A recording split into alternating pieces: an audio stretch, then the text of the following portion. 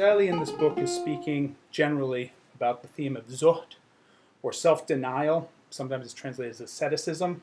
He rarely uses that word itself, but if you look at the basic content, that is what he's talking about. And he's talking about here, obviously, is renunciation of this world, a dunya, which is translated consistently as this world throughout the book. So the dunya, a dunya, it comes from the word danu, which is lower, or the lowest world, lowest in the sense of sort of in terms of the hierarchy of worlds. Also the world that is nearest at hand. That's probably one very simple way of translating it. He does not mean al-ard, or the earth.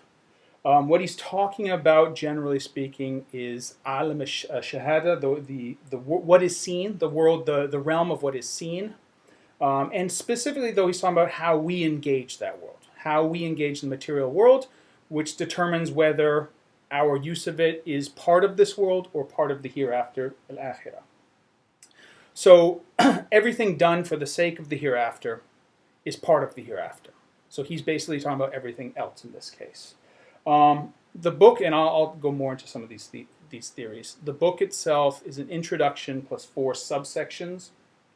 The first subsection is the longest one, and it constitutes the main primary sources that Al-Ghazali forms into a compilation, and these are primary source texts that warn about the dangers of this world, define what this world is, and talk about how some people fall into this world, examples of how people fall into this world. Obviously, he takes from the Quran and the Hadith literature, but he also takes a lot of reports from the earliest generations and early pious figures within this context.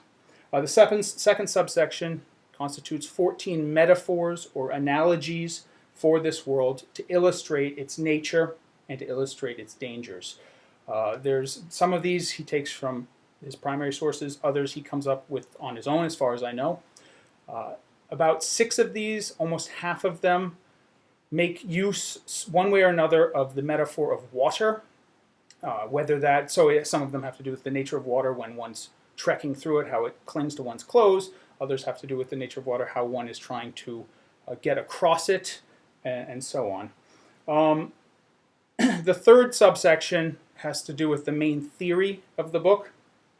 This is where Al-Ghazali kind of comes up with what constitutes this world, what defines this world, why is it something that should be condemned, and what is the point of renouncing it. It's not just renunciation for the sake of renunciation, but rather there should be some larger point to all of this.